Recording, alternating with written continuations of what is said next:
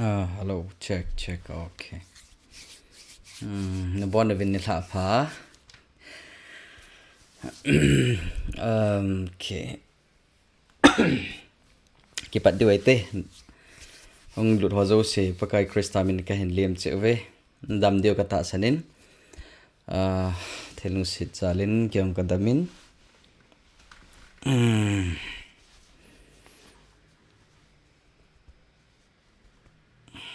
Okay.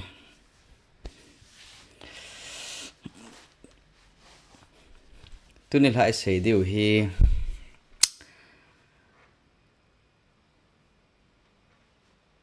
thumbnail cho nên mua điều hiện tu cùng cùng nung nung hung hi to cái na hi gam so ma ichi thu lamdang ho hi as chei na tai ti thama khum kha na ta bang khat hi kan bol no min aji chu kisei pop kisei phone hi ji hin pathen lung se nin sei thei chan cho ki sei ta in mi za dinga kilom lo ho jong dim set am hi in sei thei hi jong le ki sei lo hi in mi sentiment tong kha thei be se ho kilung to lo no ho ki bo tam na thei ho hi ki sei nom poi mi a chu pathen thua ko na i sei thei kham khamu i sei do he ta in hi chi a pathen thua ko na phat chom na nei ho pathen bo vin tin i sei do ho zo siu hi mi dem na el mi mu set na mi khat gad dem loi na cho hi lo a hi pathen thuai te nga hele i cho hi masanga patna kitile he them ding o hi pathen thu ai lut masangova hi cham khat neo khat ho lim wang veng ka tin na tu ni phat chom khat kaman dan de hi dan num ho en ave num ho en ve dan vel na jo ting le question answer it thu hai kam le sei loading he tan it is sam khat na sei lowa kho lamdang na thilo hom lowa le choi kamo sei lo de ta in aji chu kidama hele mun chom choma pathen na tonga kalson hung ki kalsung jing mai thei hi in aban kiting le khatlen ni na sei bangwa hi pathen thu lo pi ta tu la ya so chat na thei thuman tam ta sei ding hi dim se nom hi na sei bangwa cha di mo mong hi cho hi lang khana mi dem gun set mi sei si gun set to kiloji in a hin I het diu khat chu hi chalang chu hi lovin bible hi timothy langa sei banga bible hi LHAGAO lama ichi khelawa pathen thu akuna igamla tingwa hele ki hilna ki phona ki puijang na ati chona chon phat kisin sa na doctrine ki hilna hi cho dinga chu pha hi ati banga chu iki hil naw phat ding iki pho naw phat jang ding iki puijang naw phat jang ding na correction instruction reproof ki thi ho hi tu lai min koi man ki janom lo chu subten politically right and wrong ti ho na english term amin mina za nom lo mina ngai nom lo thil tamta sei do da phat jang ji he che ho hi het thêm lo wa hele lung han na mimal chunga lung han na ki gi na za chum hung leng do the ni jong le cho chun hi ti chun la po tin hi ja chu tu ni sei pathen ni do disclaimer ne khan hin koi wang veng ka ting ong cha chu pi kan sei nom ham tia helem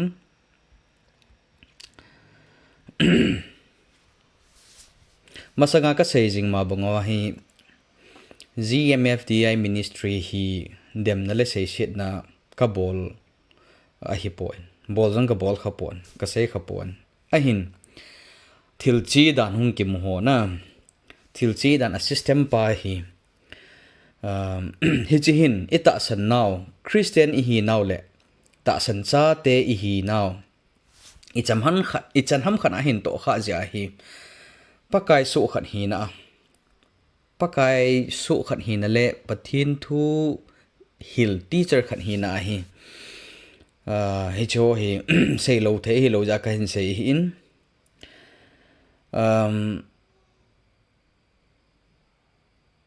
a system hi adi poi keti hi en la mimal ka sei ban mimal dem na le mimal mu da na thu ke sei he point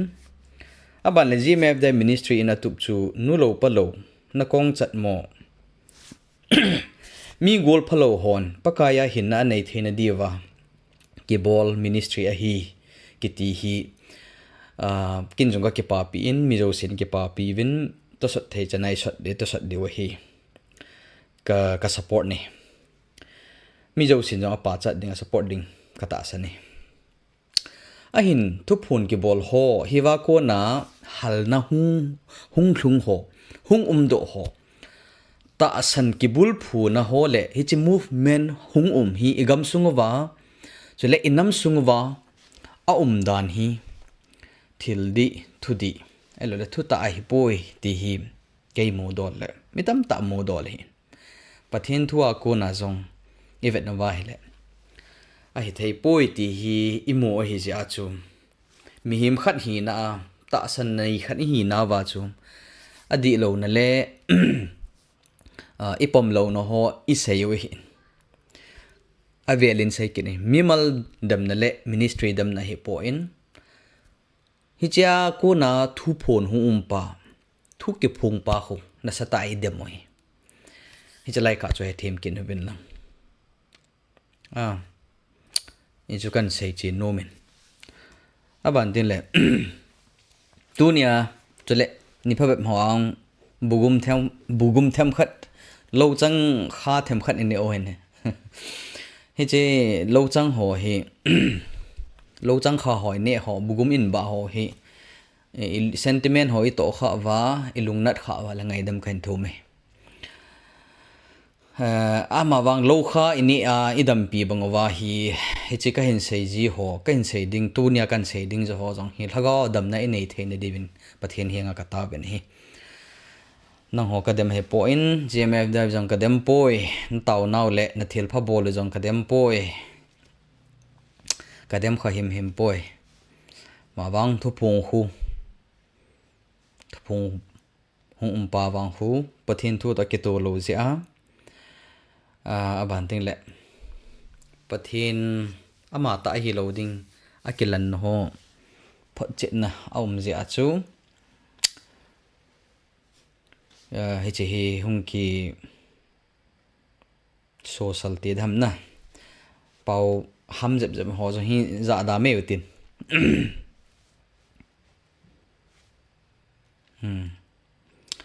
hi che chu hung hi te din tin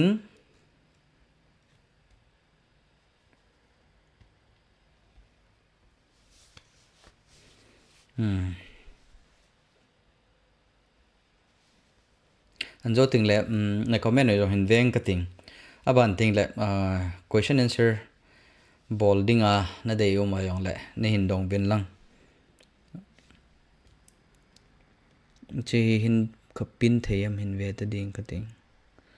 le phone number hello le comment ho achun thun hin na hin do no mal hin dong vo aji chu hi chilang pang thu ho hi ka hin mo sei loading mai thei he ta in hi ji chun na do no me jong le hin dong ben lang tu hin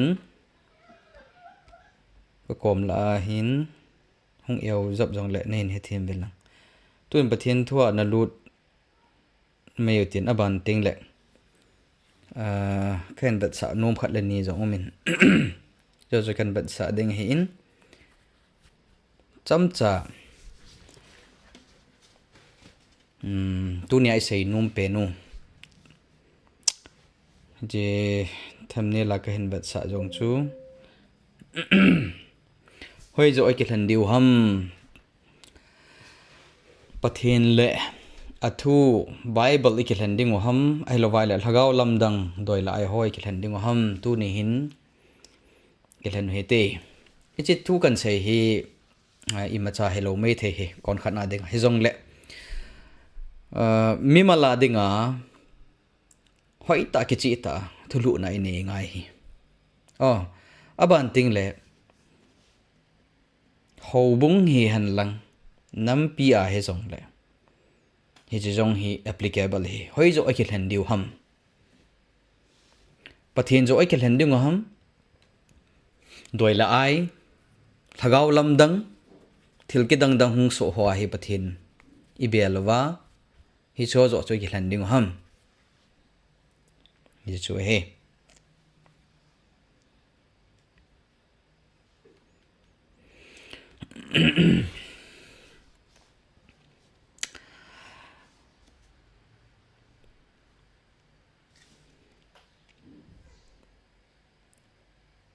hung lut tha haw dingin thil khan sei wang ve kin ka te na do no mo na ata san ho hian la ta san lo ho jong le na do no mo ma le ka WhatsApp number ham comment ho ma chana na da ha bin lang ana ji bin lang kain dot bu thei a le kain dot bu ding hin kan don bu thei lo na ol le don bu de tan tin ma wang tu kum thun a hi to ke hlana hi chilang thu ho hi phat hung ke man sa lo de ta in sei thei sei he ta in mabana hi pathen thu hingte ho pathen thu bible hi na sata ki hel na phat ho a phat hung ke mangding aban ti la mun chum chuma keima ka sata zong kidama hi le hung kin nawa ale mun chum chuma pathen thua ki man cha na da chum chum hung ki nei mei thei in pathen Telugu ni a pathen program hi a pathen phat sa ai le ni chu kan sei kit hin tin avela aban ting le idam mawai le jing hap talang le khun Christmas message ni tabang thum tabang ka sei nomen masanga na za kha lo kitile beng phat tin gel hi vel lang masanga na za kha lo mei theo Krista hung pen ding dan thu sim ho ichan geya Krista le hichi satan ke ka a ki bo na ki do na ichan geya ham chale Krista hung pen lo ne denga satanin ichan ge na to am ti ho thu simin sai dingu aban tin le Christmas ti le pakai pen na thu sim ngai ho jang ni sai dingo hin damwa le jing hap ta le hin pathen thu ho thu ngai ta to sei dingu laya live in ball patnova mi khanin an sei na so pi khanin an sei na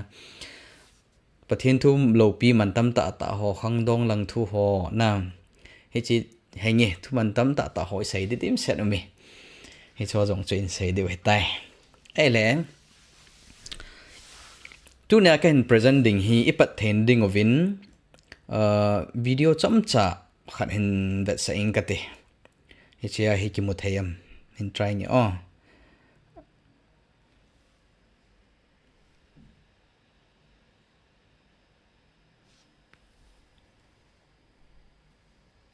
chicken that sa ding hi pi video hom tia hele GMFDI ho interview ki bol na thu sei khat thumbnail la hung do khat cho hi video cho hai in hi chu asia chu kan pat ding hi na view hete kami te kaliang gam sunga thil ho doi ho kau ho na hi chu zo se hilai mo na hin na kham honin chi la na chi doi hi cho na doi lai cho chi mo doi lai chi ja example e che atam zo ki pai ta chu zanya rong gup lang ka hep man chu ho bung lang ka do ji na doi ka su han de phat la na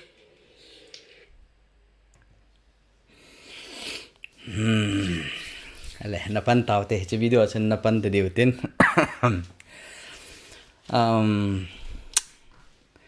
ipija chi video chu kan vat sa ham tia hele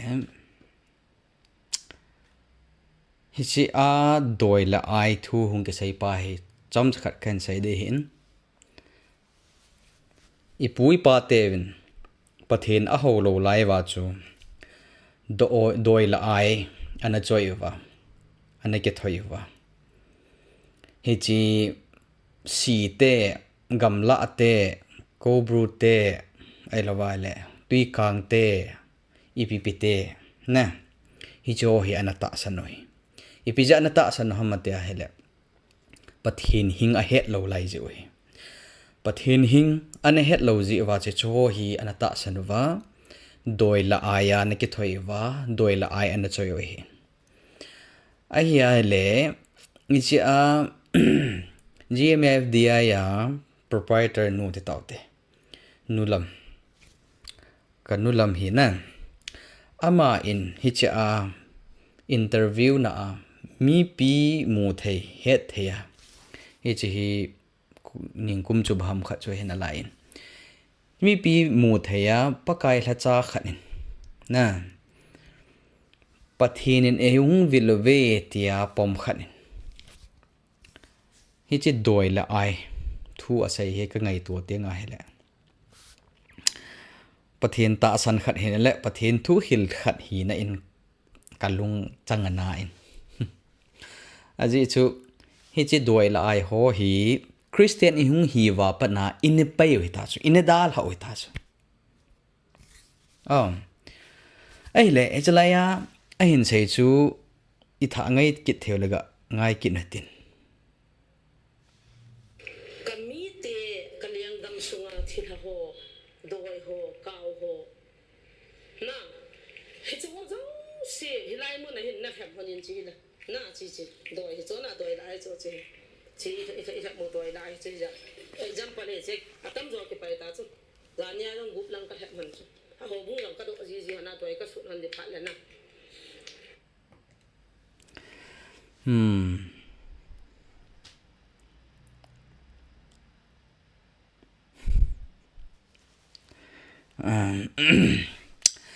doi la ai suit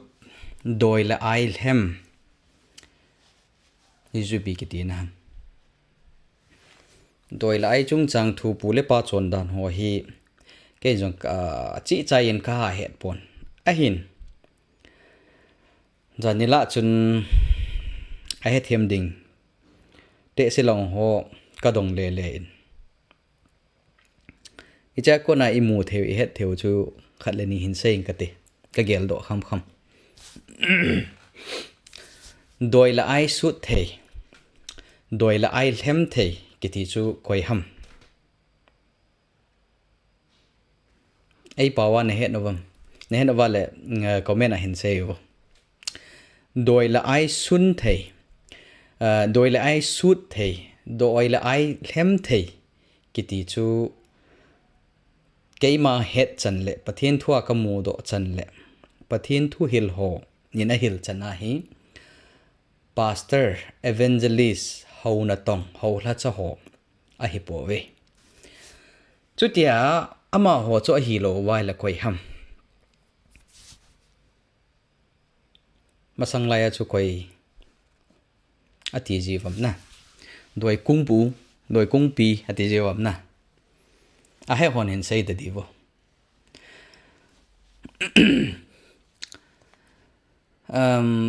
sa pa wa chun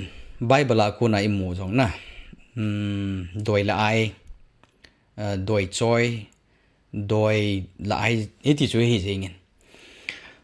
cái het chana chu sa pa wa chu vet na hele witch alo witchcraft aketin na aban ting le medium yang ketin akenai pi pen chu witch le witchcraft ti hello le medium hello ale consulting familiar spirit na LHAGAO LAMDANG ho to kisa thei ki ho thei hi chi chu hi jingin ja kan sei num pen chu phem tla pakai phlacha pakai pathin phlacha hon doi la ai asut khapo ve doi le ai sut ho chu masang lai ipu ipa teo pathin ho lai ho lo lai ho ama ho in doi la ai thep na na to hi chi doi la ai thep na na to a hi Christian hung hiwa hi chi doi la ai ho chu ke pai la ai tai hi chi ho a chu kile kit ding hi po ve hi chi thil ball practice ho hi na hi cho chu ile ball kit dio he poi chong le nhiều lại cái nào gì khát chú nhiều lại anh chân đôi là ibol đôi là hem nè team pu thil bol ho he kamu zong an na lain nhiều lại chân hít yong hít ta san khát nhiều chỗ đôi chú đôi hep ding nè đôi chú đôi hep ding hít ta san nhiều chỗ in nhiều chỗ nè chú tia hele jalaya đôi ahin choya đôi ahin đop đó ahin vật sa đôi cắt hem lone ati cho đôi al hep lona hele hi chun ipi ati ham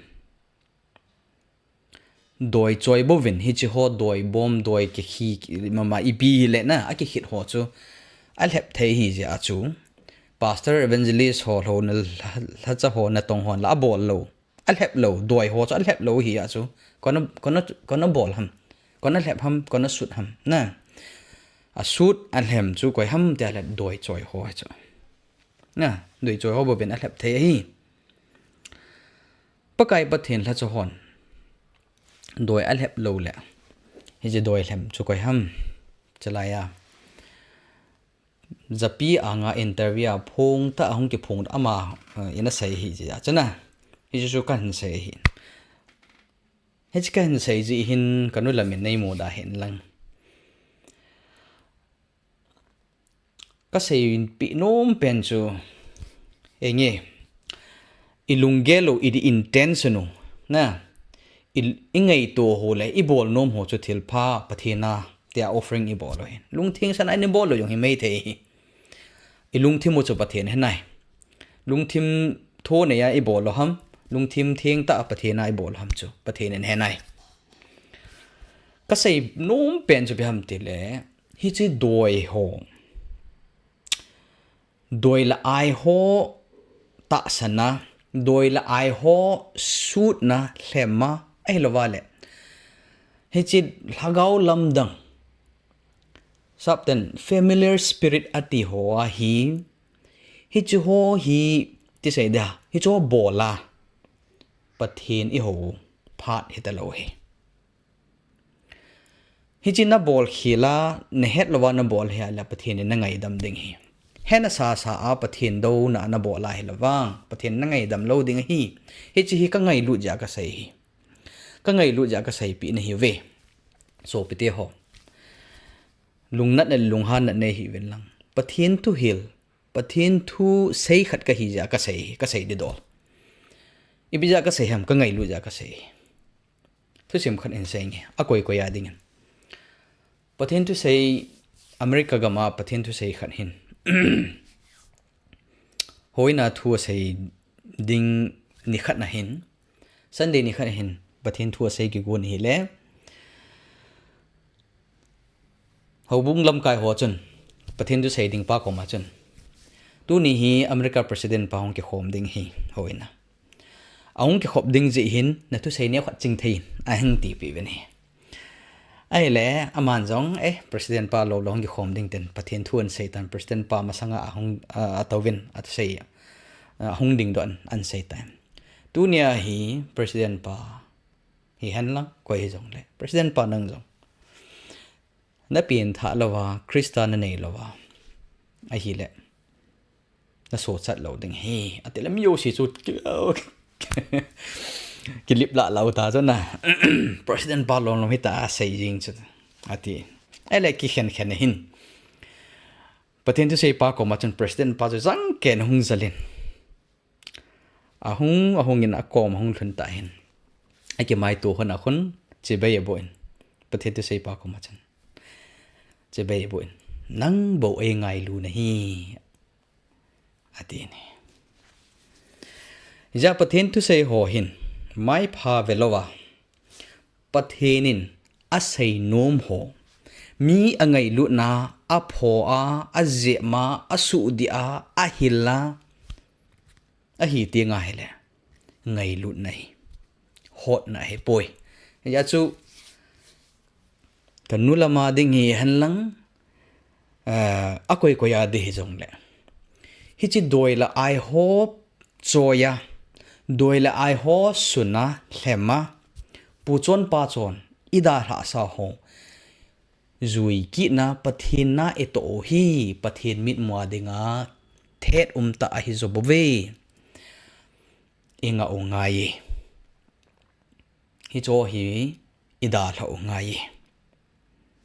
doi le ai ho da lau te pathin dinga thet ta hi ida ha sawi ta laham he chi LHAGAO LAMDANG ho ki ho pi theina ibol ho zong hi inga theiwa lenga taw hete hi cho hi bible in detestable thet ta abomination ki da ta thet ta pathin mit mwa ai hi ati zo bo ve ne hi ja chu hi cho hi ai hi the ai le bol ta po hete chu tia le ta san cha ten Christian ho in tu la ya hi chi thil ho lamdang dang ta ho na kitele which hiti doi la ai them ho doi la ai ho kibu ham doi la ai shoot ham ai lo wa le shoot share ti ho na kunung dung thu sei ho thil lamdang dang te ho hi cho hi consult ik ho mat pi the di hom i do the ding ham neu penaga sei dinga chu lam vet na aban te le astronomy magazine la dung masang laya magazine ho la dung magazine na astronomy ho ipp ha cancer ti ho na zat tiong ka cái gel do man cái gel do gam te ai pi chele hi cho hi Christian khat hi na ita san theo ham izui theo ham elo le ido theo ham bible la event na hele hi cho chu pathen in athet hi cho chu ibol ngai o hi poi atin hi isai ma bangwa chu is doi la ai choi ho shoot ho witch elo witchcraft kiti ho hi cho hi it's demonic,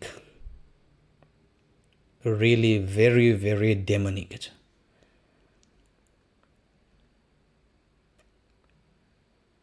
Van til gilo ho satan le nung zui ho akon na to diabol na to akon ya chu hi cho hi Christian khat hi le izui lo diu ibol lo ding o hi ka sei banga hi chingai lut wa nei ngai pi diwing khat ti men hi pathen thu ka hin sai hin ngai lut na on nei ngai pi win witchcraft iti tingai le hin English power witch el witchcraft ti tingai le hin sei di tam hin na ezong le lang pia aneu te thei chana phat achom then na kan sei di witchcraft ti tinga le subtext manipulation elwa le intimidation domination hi cho ei pawa het thei pena simple thei pena kale do thei ding dan sei le mi khat manipulate to say da intimidate ei pau hi English a ko na hin ka team ji hi ben mi chunga dominate ball mi chu ho hi witch el witchcraft na to hi ji map dai dunga hi ka vet na hele ipi ti ki mu theyam te hele anzo ting la thu sim chu neo khan kan pha ting la hin sei nang ka ting chit chain mi khat sunga lu na thu hin seya khunung ding thu ta bang jong hin sei ki na aban ting le nei ta sanwin hungwin ta ke kon ho it's manipulation intimidation domination na vai hom thei na ding mi chunga to na ding elowa hele thu ho a mi chalai ding ti de ta cha ibija chu kan sai ham te hele LHAGAO thing di ta pathen LHAGAO thing hin hi cho cho abon ngai lo hel cha he diu cha na hi cho hi lhagau thingin abol ngai lo hi. The Holy Spirit never intimidate, never dominate, never manipulate.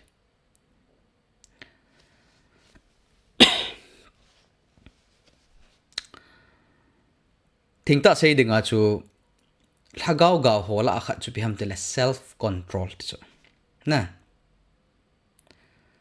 spirit control hello chu the like ang chu he theme belang lhagau thing di ta chu inei te ngova hele lhagau thing chun control able hello pe chu na lhagau thing chun ai lam kai wo chu lhagau thingin ai hil zo chu lhagau thingin ai lam hil zo chu na hi chu self control ai ma ki control thena ki tim zo thena ai pi zo chu lhagau thing isunga hunglu na a control hello pi chu lhagau thingin ai li no chu ai lam kai chu gari tola ho ei tol lo piu cho car hu ki tol cho ki lut na ki control la ki tol cho na he jo lhagau theng na to ai lo cho mi khat sunga lut na thu seya na thil bol chu lhagau theng na to ai lo hi aban ding le gari hu ki tol cho na sei ma bang chu lhagau thengin na to ding wa hele ta san cha te hi kel ngoi no kel ngoi hon ta ki te ka cho kel ngoi sheep na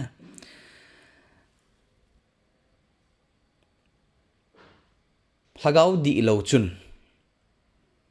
asunga lu na control drive balls kal tola tol ama wa ta san cha te chu they are lead kel ngoi hon ho chu aching pan a lead hi chu na alam kai hi chu atom lo pi na a drive boy ja chu ei ho hi ve ei ho hi lam kai ding hi ve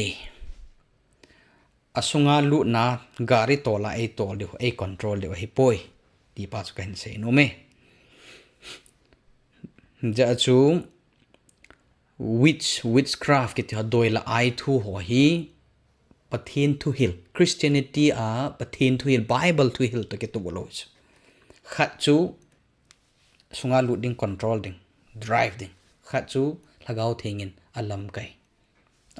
hi je la chu ki khi na kan kan vet sa no min ai le doi le ai thua hi pathenin ipi agelem na doi le ai thua hi pathenin ipi agelem Bible chang tam jong le ni le thum ta bang hin be sang kating screen ka be sa them hin be sang doi le ai thua hi pathenin ipi ageldem iti agelem tia hele doi le ai hi pakayin aphal poi pakai dinga thet ta hi ti Deuteronomy bung som legit chang kwa pat som le thum chan chu hi pi sem tela pakai na pathinin na pi na gam chu na hlun teng le chu chi nam ho chon na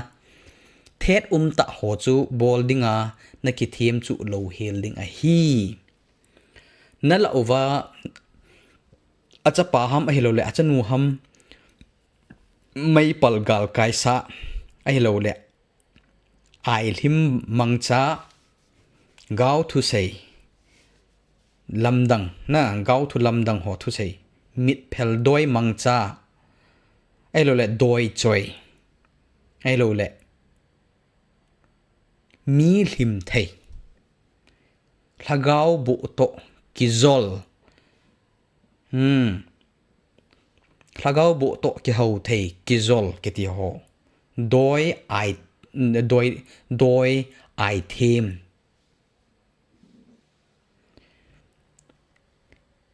mi thilha câu thei ho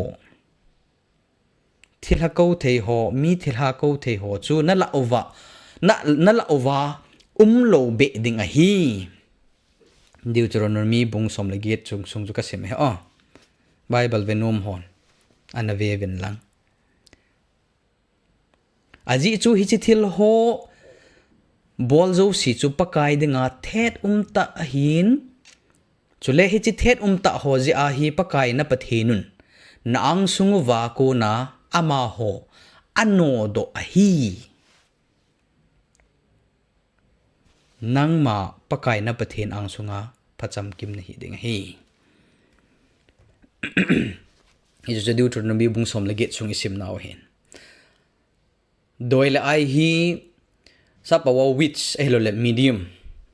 akitin hi chu ho chu ke ho pi ke ho mat pi elo le do ding consult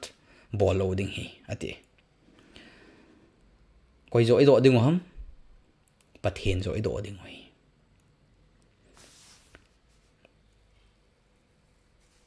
Bible la chuni pi sem tia hele Isaiah bung som lagi chang som lako na achui tin sei chule ama hon hi ngova mi thi sa la ko ho le doi them ho gu thima via phui sam ho chu holun ati te ngole mi ten athi hela a hi na dinga apathino chu a hol lo dingu ham Leviticus som la kwa choi tin sei kene nang hon ama ho ko na nakisu bo lo na dingon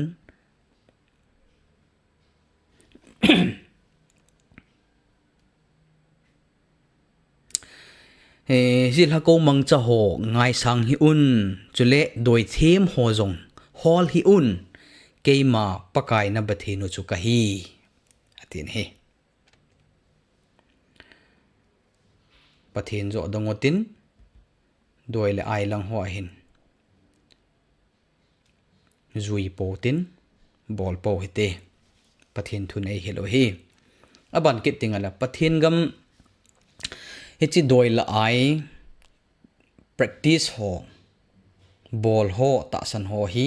Bible in pi center pathen gam alu lo ding o hi ti chule ta sa phelam atin hi Galatia bungku langa jo vet nai le Galatia bungku chang som lo ko lang jo semale hichi DOI LE AI doi choi ai theme kiti ho hichi practice bol ho in any form itabangana itabangin bol jong lehen pathena ding tin bol jong lehen pathen umpi na ka hi in pathen adyang ka bol hi ti jong lehen in any form pathen na dei poi hi chu ho chu hi chi bol ho chu pathen gam alu lo ding a hi ati so le hi chi DOI LE AI them ho bol ki chi practice ho hi ta sa phe lam thil bol atin hi Galatia chu na hi chi ta sa phelam thil bol thil tam ta ke soin a ke sein hi chong chu siman po hetin hi chu la chu doi choi ati chu doi choi DOI LE AI thil bol practice ho hi chi bol ho chu chule chi tabanga adang dang jong chu hi chenga chu masanga ka hil cha bangawa chu masang pe aka hil cha masa an hi ve chada banga chon ho chun pathen gam alo lo ding a hi atin hi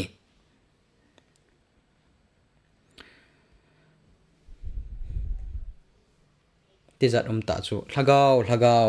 pathen etiwa ngawa Bible hi chu ho hi ta salam thil bol a hi ati tule pathen gam alo lo ding a hi ati kinin hi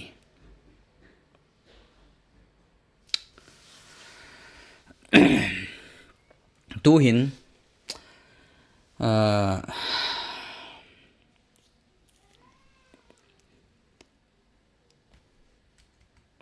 just 1 minute cham chhe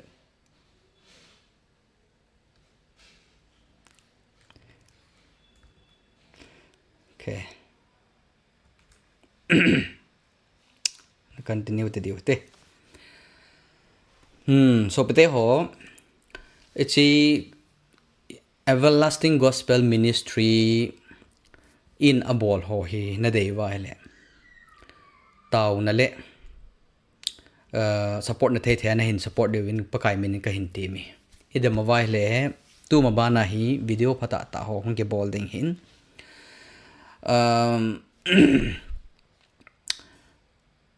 pathen thu ti se dam pathen thu thing set ho ke se te nga hele YouTube ad puma iranova video event no he nom point koi tabang pathen lengam na to na everlasting gospel ministry to pang khom nge ti lungel nei hoin pathen lengam na to na ke jong pang nge tin nom hoin taw na to advertisement ho iran lo na diu pathen thu min mu the na dinga na disturb lo wa am vet the na dinga video khat le ni ho jong hin sponsor theo hi nen sponsor no mobile ka whatsapp number ka pi in cha chun hin ki za ma theo hi pathen thu man tam ta ho sei ding hi pathen thu he a sei ding mi tam ta jong min mi dang ho jong sei sa the in sei sa ding hi pathen lengam hi ama chal the na ding in hi chi freedom of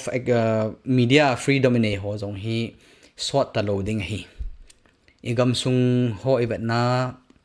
thil hoi vat tinga ha jong le ji thu ki sei ho hi min ngai nom thil het lo hi ya chu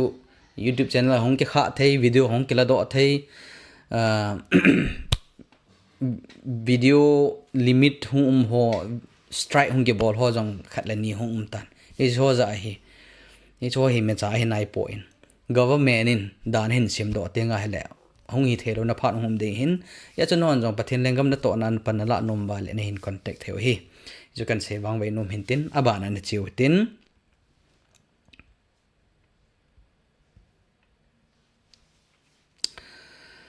lại thứ độ khát hình quay vang về anh cái tệ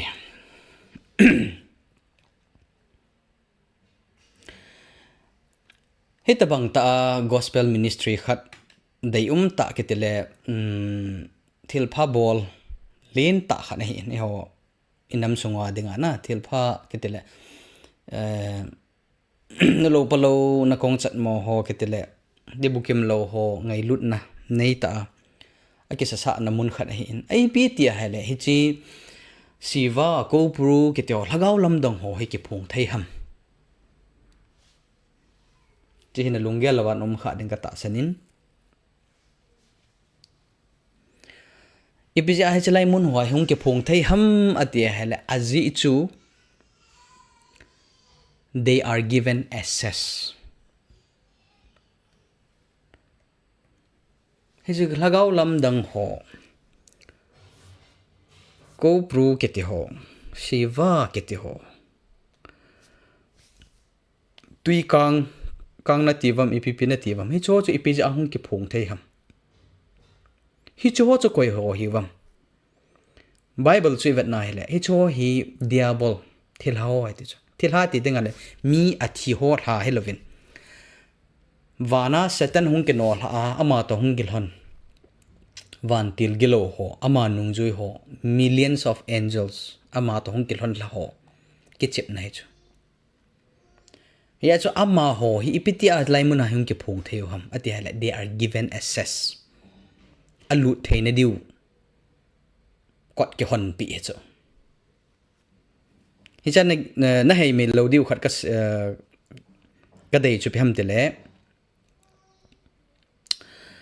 hita bang lhagao lamdang ho ong ke phun ting le hoi lai hi jong na lhagao lamdang ki te pa ke phun ting a hele abul langa hi thilpha a ke lang ho offer a bol jiu chu na phem kha da pi chu a khut lang khana thil a pi dingu na a khut lang khana thil khat ala mang dingu hi chu am ho na doi la tu chu thilpha ke lang ho offer a bol ji o hin mawang adoya amhon adoi la tup ma chu pe ham tel to steal to kill to destroy e phem khat gu do ding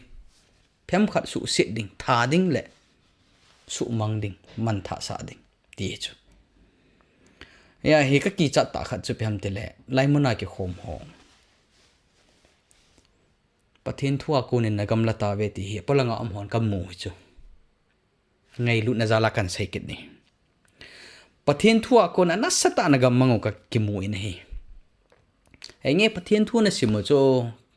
ke hei poi en pathen thu ta te pathen ngai lu na thil to ha na gam la no he kimui aji chu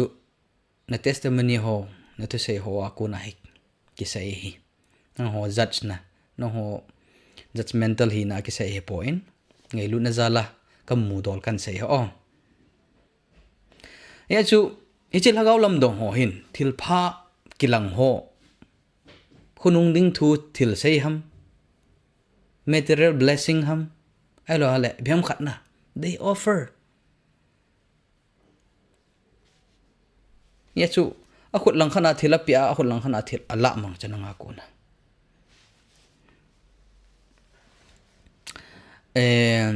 jalaya gme dai thu phone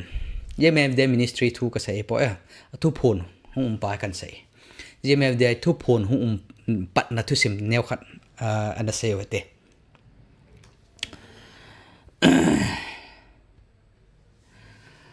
hichi gme de hum ke pat na thu sim hi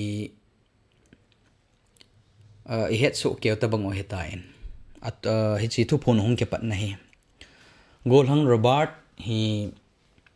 music lang ipilang oza zong hi ativin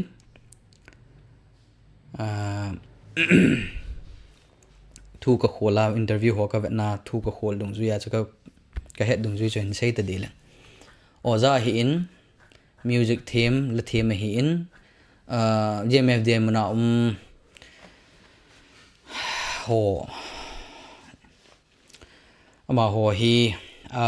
music lang pathen thulam ketile lasa music langa hi anhelji anu ki tho pj ati thu ki zain lhca ni khat chu che golhang robert hi lhagaw lamdang khat hoilang lhagaw hom khat an bob tain lhagaw bu ti re tai na thil dang ai pon lhagaw bu ti de tan gam lang na ti deu ham ko pru na ti deu ham pina ti lhagaw lamdang lhagaw bu chun a hin bob tain hicha lhagaw bu na hin bob ma thu hung sei pa chu aki ho piwa hicha ko na chu hung ki pani chu na athu sim chi dan hi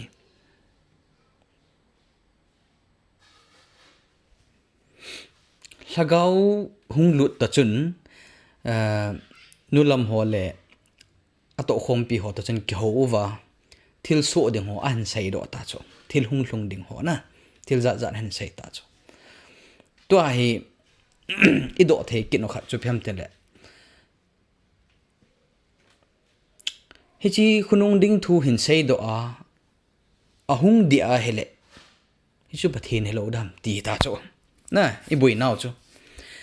khunung ding thu hin sei a hin sei do pa chu hung gui hlunga vetango na mit dim se na namu ta hoi me hung ki thi chu na mit dim se na thil so hoi na mu tai gam sung nam sung di me thei hi he jong le ichi thei diu ka dai ne hi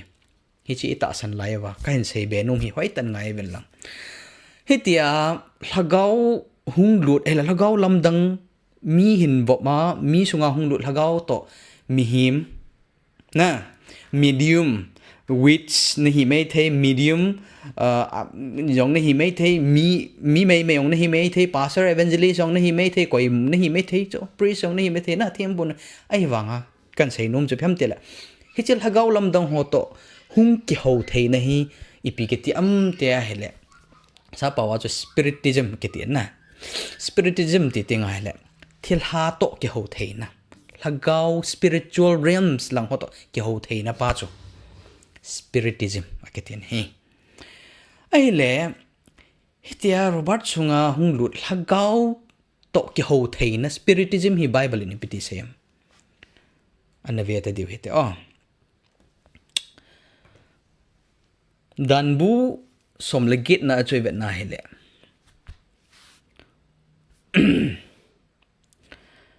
ahilawa hele mil him thei lhagaw bu to ki zol na lhagaw bu to ki ho thei doi ai them mi thil ha ko thei ho hi cho chu na la wa lo be ding a hi sa hi uvin ti chu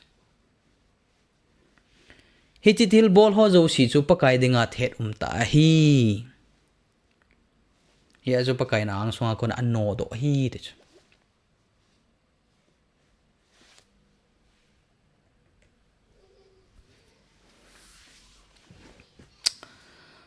hi azu so pete ho a hi thei chana hi je lagau bu ho to ki ho thei na je lagau bu chung chang thu ho thil ha to ki ho thei na ai lo le tu lion YouTube ho dunga jong so pi ho ghost hunter ki ho jang kamu jap jap ji in hi cho chung chang thu hi idam wa hele pathen thu a ko na study in bol ting wala ka hin sei ding hi ai thei chana hi sorcery ki ti ho divination ni khat ni chun sei ta ben divination hi satanin pathen to na ba ding ati thu hil chech hi cho ko na chepi zawam tela hunung ding thu sei theina na prediction na neo khat sei theina ata chu lai be se lo witchcraft ti ho doi le ai choi ho charms ki ti ho spells ki ti ho horoscope ti ho na fortune telling sciences ki ti ho hunung ding thu sei tu la ya mun chom choma crystal balls ki ti ho palm readings khut ipiti wa palm reading hi ai pa wa khut lam vet na khut lam vet ti ho tu la ya show dunga long imu me the tarot cards oja boards ki ti ho handwriting analysis ki ti ho it's all kinds of medium ho hi communicating with the dead communicating with the spirits familiar spirits ho to kya ho theina water witching psychic powers ki ti ho hypnosis ki ti ho hypnosis ho jong hi mi lima mi na control ball hi cho jong khu hobung la jong hin wanui hobung la ha tam the tai hypnosis ki ti ho self hypnosis abandle black magic ki ti ho white magic superstition ho ai mi te la superstition tamin na hi cho hi Christian science healing ki ti ho chu ban te la hi all kinds of demonic things hi te pang diabola ko na thil thet ta ba pathin na thet thil ho ko na hi chu ko na hin ki kang seo tin hi chu a hin lam thla po te zui jong zui bo tin ta jong ta san po tin hi chu hi thei thil ham thei thil hi thila bol thayam a bol thei thanei na anei vam anei hi jong le pathen ni chu ko na hin ki kang seven hi vin zui hi vin ati na pathenin ama e jo ko na chom dinga e de hi I bol ding chu pham tele crystal mi bet ding hi jisu lam mi bet ding hi he chi mu the ni dang crystal mi bet the ni dang wa chu hin bet sang kate chi bible I think ke ta la do be loading be lap loading che pathen thu hi thì số mê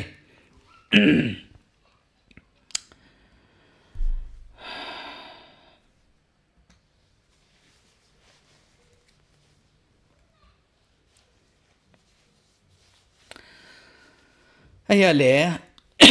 it's GMF dai thu phun na sopio Robert in pathen thu pathen lhagau hi ai lawa le ko prute hi siwa hi chi hi ta to phon hung pat thil so ho hi ka hen ve to wa hi le bible a thil so khat kilo na ta khat umin hi su kan compare ding hi aban ting le ti zat na ta su thil khat umin hi su kan vet sa de la hi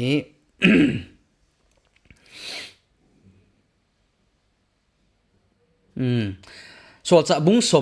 te bung som la get sung chu iwat na hele bible chang hin that sang kating bible simnum ho dingin solcha te bung som la gup sung chu iwat na hele Paul ho hi taw na muna achi ve chu Paul ho hi taw na muna achi wa hele a tàu nó muốn na chỉ nào muốn na chun lagao bộ vợ khát na nó ngã khát xuống ngã lagao bộ vợ khát ta kito về thế chứ ama chun pi bolam de la khunung ding thu set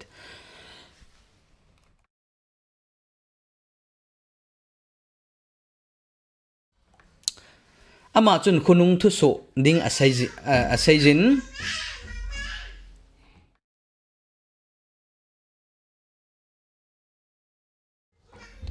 ama chun khunung thu so ding asai za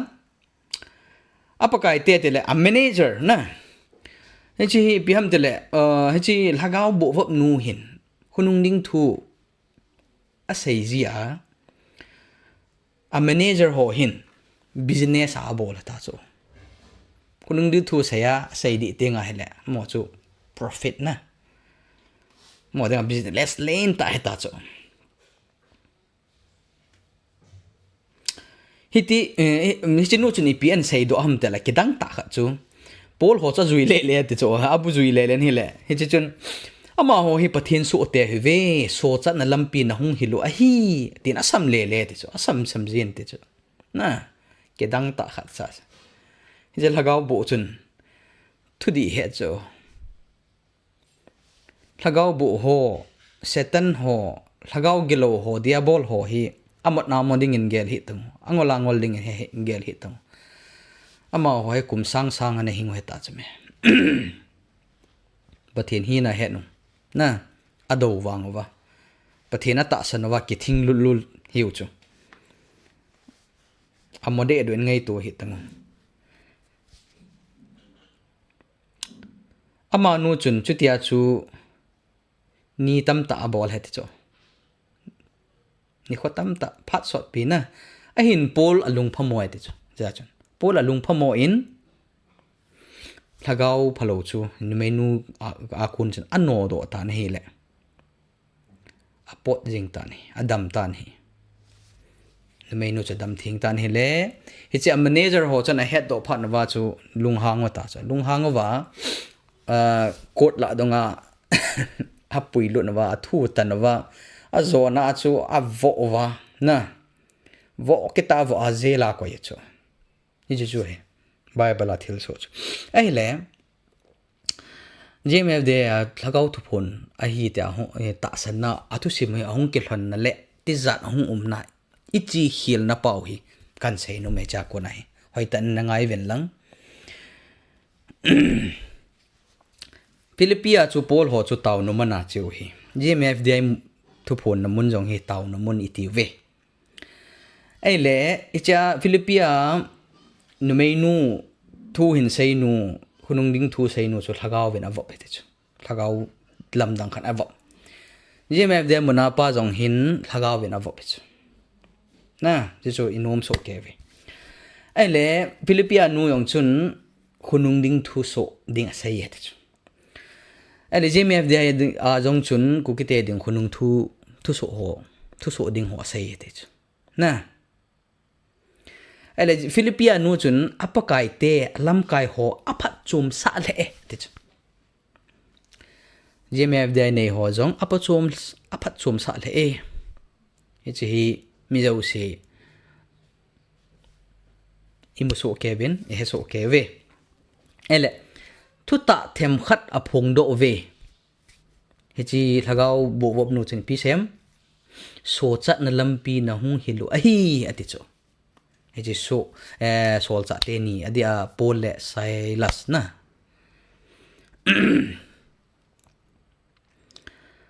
ele jilanga jmf dang thu ta them khat phung aphon do chu pham te le mun danga ka ke phung thei po ve gmf di mun bo ka ke phung thei ve ati chu hi chu ta lo hana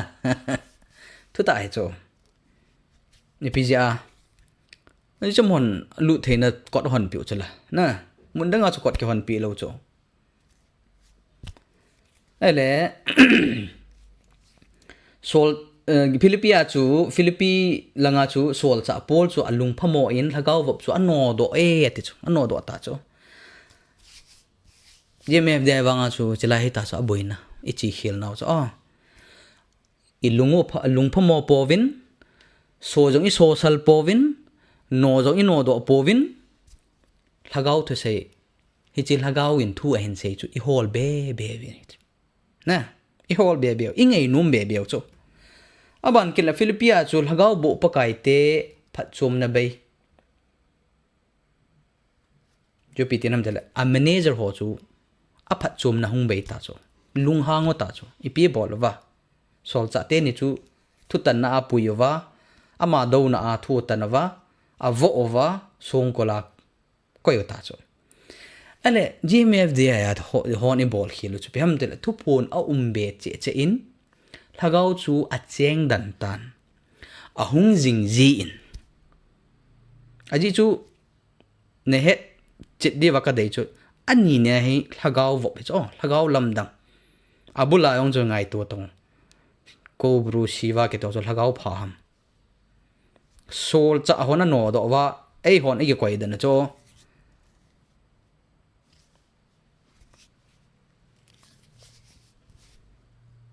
ka le pathen LHAGAO ka le pathen kamcheng ka le vantil Michael Gabriel ai lo le ko bru siwa koi itiom na hi cho hong ki phung ling set tao cho ling set la hong ki phung tao cho awan hi koi mam aban ding le sol cha hon ano do wa achung wa jong min a khot at ha a songkul chan jong tang cho ama wang hilaya holam kai ho in agavila chi ho in social mala nulam sei mala ki cha nam ka ta point social sangin amun pi danovin azui ta ve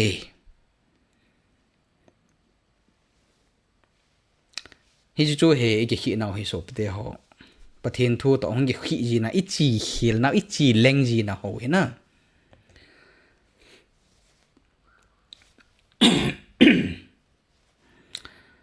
hi ji spiritism LOL spiritualism jong keti LHAGAO to ki ho thein ho he pathen in iki kang se di wa de aji chu mi chi hil chu pathen thu a ko na gamla mi chi hil ji chu pathen thu a ko na ki chi hil pathen a ko na ki chi mang ji ki chi hil ji ya chu hi cho hi ei phal pi ro chu pathen hin ime zo se he de chu satan hi na jong he su satan hi na nyaw kha on zo le sei de we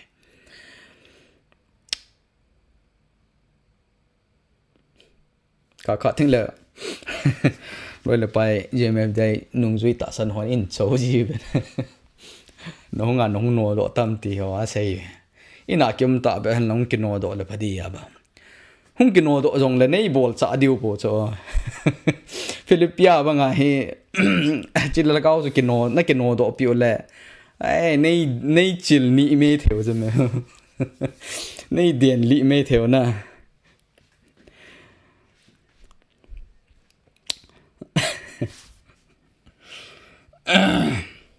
so pete ho LHAGAO lamdang ho to ki holding hi po ve bible na phal poi masanga chon ki bol chu pathen I het lo lai wa na bu pa ten na bol chu jong la pathen in het ta ji wa chu Christian hi ta ji wa chu cho hi bible na phal thila hi ta lo ja chu bol ta lo ding hi e che aji me de ya thu phung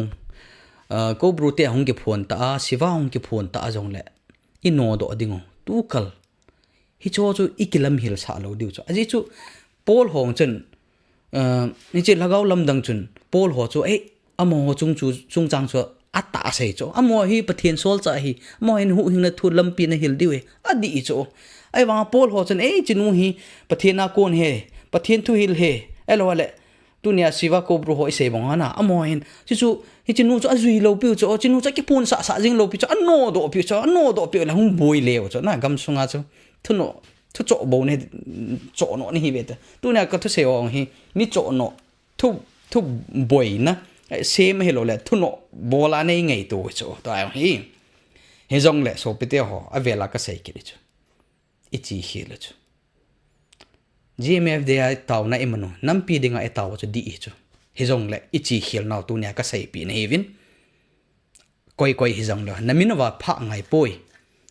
lam kai ho he in hầu lâm kai ho hen ka tip na nom hi chal hagau zo hi so salvin zui ding he poi abula hi neo khat di te me the na beta he offers something na hi chu satan pa ke chip na chu adam le eve yong chamu thlep thlep lo bu chu he offers something thi kit lo na chu na sei sao potin hu sao wal de tain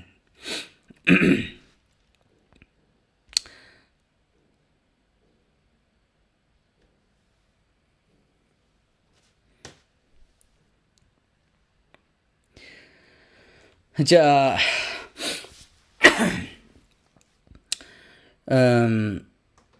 doi le ai doi ho sun themin lang lhagau no do themin lang hi jong le chun kanun lam le anung zui ho na ham la pau ho na thil bol ho hi te ham ki chapau sa na yong hi atam wal ta in kan sei num khat hin sei nge hoi tan ngai win ngai lu na o hi e chi ka ngai lun zalwa kan sei hin Jesus Christa sei zui ho jong chu som le ni kalwal kitele som le ni se helovin lu bung som langa che vet na hele sei zui som segi lam mathi chu sei zui som segi lam apart from the 12 disciples na Jesus Christa sei zui mi som segi lam hi group khat ho hi ipi bolawam tele ngai dam o adam tai ipi bolawam tele mun khana hi imbiha thil ha an agano do da na cho Krista menai ya cho hung kile zalawa pakai Krista ko ma mi som se gi ho chan pakai Krista ko ma naminin pat thil ha ka no do ve ta hung se wa le pakai Krista ni pi se bam te pi sem te le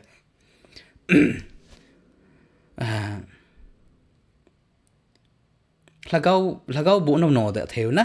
aji cho mo chu thil bol thik ta ke sa hung sei da no hi pakai Krista chan pi san hi chi nan no do ho loi na thil ho loi se tan lai van til gilo ho chu wana ko na kan no do he chu ki cha po sa hi win na thi nai hi chon no do ji ki cha po sa hi win ka he nai he chi ko ke no do he wana ko na hin no do ke ke ati chu na luk bung som la segi luk bung som chang som la segi langa chu isima lai ki mu hin ke man hi chi satan pa hi wana ko na epite like lightning call phe banga hung ki no la ka mui te chu i jung ki cha po sa hi win te chu aji chu hla na man tha na masanga hi chapo sa na kilit sa na hom masaji eti chu hay mil po hitin je me dai thu sei hon jong chapo ta in thu sei be se win tala in video khat hin vet sa kit wang beng ka ting asal reverend alo le ho na to missionary le mi nu mi pa ho sa le ta hi wanga ke ho e ki chang an he te so tu na no lai mu na hung am lo na ve ki sa je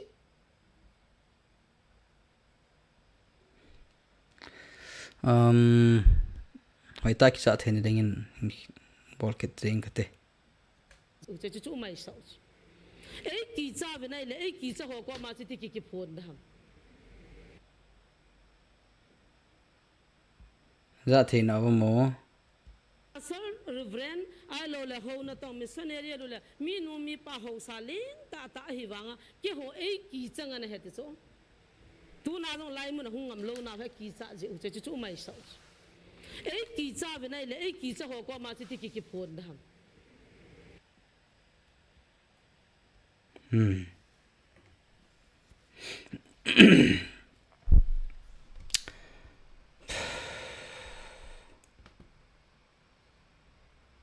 asal reverend alo le ho na to missionary le mi nu mi pa ho sa le ta hi wanga ke ho e ki chang an he te so tu na no lai mu na hung am lo na ve ki cha je che chu mai sa e ki cha ve nai le e ki cha ho ko ma chi ti ki phon dam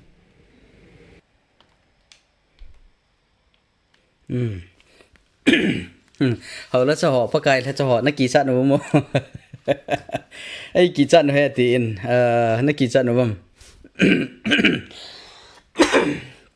ấy chỉ hỏi tận ngay vô Bible trang khẩn hình xem mình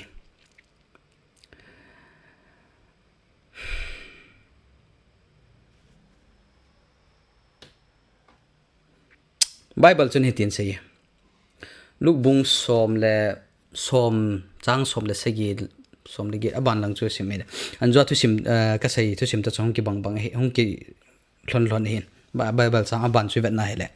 Pakai Christian sei ju ho ko ma chu som sei ho ko ma chu pi sei tam te le Velvin gule IP chon pe ding le mail ma pa thilbol theina zo se chunga chu thunei na ka pi na hi ve hitia chu imachan nang ho na su sit lo dingu imachan nang ho na su sit lo dingu hi chu in chu chi som sagi ho chu ki pa ta in ahung ki levin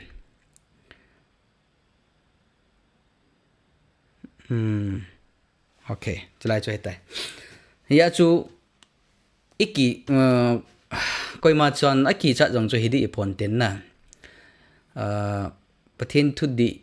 bati sai de ham chalaya tu phone namun ho hi adi hi poi te asmin aju lo zo hi mai thein tin aga chi hon jong a social ngam lo jong chu hi mai thein tin na ki hen dan ho chun na ma wang Pakai pathen in pi sem tel hi chi diabol pa gul si gul lui satan pa thanai no ho zo si chunga chu na ama in ito kha thelo na diu ati chu e ho hi isu sit thelo na diu ito kha thelo na diwa thunei na ai pi hi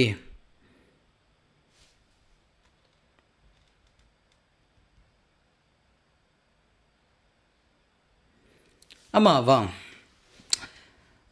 hita banga thil bol theina kitele lhagau no do theina ding hi chu adi e hi lo ta le no do theni social theina dinga hi pathen sei zui di ta hi ngai som sagi ho le som la ni ho banga chu pathen sei zui di ta hi ngai jin Pakai Christiana sei ta chula hichi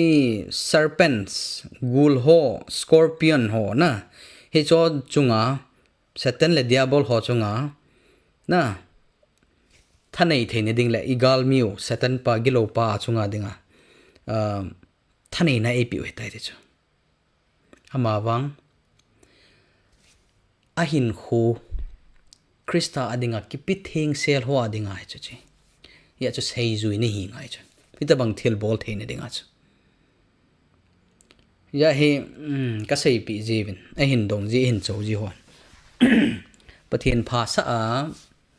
pathen lunglam a hi a pathen thilgun pathen kelem a hin go na kidin te thei kidin te na dinga pathen in thila go na le kidin te deu he mai ni khat ni teng le na a pha chung thung nan te aji chu pathen in jong thil phalo kitela satan na to thil bol ho he allowed to progress aji chu aga do ngai chu aga lawa chu we cannot judge aga do antin hichelanga apha jong chu aga do antin van mi te ho zo sele van nui mi te hoin hi chu a het khan diu hetas hi je pha jong lung tho ding hi sai tam ding poi jalai Pakai Christiana sei ben a pi the asem tele mi kon khanin hi chi lhagau bu ho lhagau lamdong ho hi iki cha ju ki cha hi to pathen na pathena di ta sei zui di ta Krista hin na di ta inei phat phat na wa hele e cho chunga chu iki cha de poi pathenin protection ai pi chu lhagau bu ho ni chunga wa thanei bol theina su set theina tha nei po ve chen he ding wa hi ya chu mi dam ta hi intimidate hi chu le chi lhagau ho hen na we should not be intimidate dominion vai hom the này chung vai hom the này po in manipulate bol the na thai này po pathen thu này ve pathen này ve lagao thing au me ya chu hi chi doi la ai tho black magic ke tio hi ki cha de poi pathenin thanei na ka pi ve ati teng hai le thanei na ine wi chu ta san hi yong lo chen na feeling a chi po tin pathen thu na sai chu a hi he jing ya chu pakai chu kristan in pi sei biam tele a hi wangin lhagao ho na thu wa anun ji chun ke pa hi un ti so bete ho siwal lhagao kobru lhagao tui kang lhagao lamdang hung ki phong ho ithunun ji ven thing pana sai de nga ji mf dai thu phon hi thunun nei chu hi chu ho ji hin ke pa hi vin de chu ama wang naminu wana akisut ji chun ki pa zo vin de chu wana namin ki sun hin nam jo chu ya ha ve la ka sei jing pathin thu dop sa ngai jin pathin thu hil hi ngai in hi krista dop sa ngai jin hi chu ho hi jmf dai tu phone hai amang che tan hi hi chu thu hi televen they want to prove na ding na nghe ta san lo tam ji jong me then te jong da thu sim lam dang ho zat ho bo hi no ho ki son na le kinep na he chu he chu al holding the lai poi bible se chu pathin thu wang ton so na ding hi de chu pathin thu na ke handing wam hi che lhagao lamdang thu ho na ke handing wam tu ni hin ke hanovin jo swan se chula tu ni hin no hon na puna pa teo lhagao lamdang ho ta san ho doi la ai thu ho ai cho na ke handing wam ai lo wala pa hingjing pathin jana ke handang ke like en sung bi ten wam pakai kin jing ga bol ding hi atin hi tu na jong hi ta san cha te ho in henge nampi na ti ta wa de nampi te taw te nampi in pakai kin bol ding ham he je lhagao lamdang ho kin bol ding ham tunin kel hanovin so pete ho holam kai ho jong sei ngi nam lam kai ho jong sei ta ngi cho ka min pha num lo na hi vin a ki sei se la hung leng do tho hin na ne kel heno ngai kel hanovin hoi chi jo na kel handing ham jo so banga pakai kin bol ding ham ai lo wa hele lo chal lo ta pathin thu nung lo pathin thu pi job num lo na he nge te yong le akit ting le a he ngeo hai mil ji israel te banga chu lung ta pu pa te chon dan hoi zui ding ham kelen te tu ni hin kelen chi te pakai krista in hi chu ji hin ki pa hi vin ama wang na wana na min na ke ji jin ki pa ovin ten tu nya he wana na min ke ji nam krista to ni ke nei be che nam lagau thu phon no ho na ke jong ka hi in ata san lo ho jong hin ata san ho jong hin hoi cha chu ki pa na lungmon na nem na lisu ki kholote kan cheiwa de tai ya chu jlai thil khat kan sei nom omin lhagao lamdang ki phon ho hi pathenin ada hla namun pathin ki phon lo namun hi thei a hi ipija aka chu kan sei ham thusim bible ko na imu theu kha chu ham tele first chronicle bung som langa chu vet na hele thusim chu het saw hetain soul hin leng soul hin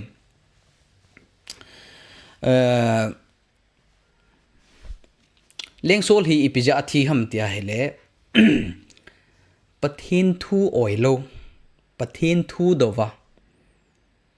na pathin thu a ko na hung sei ho them ga ho thu adowa anun lo ja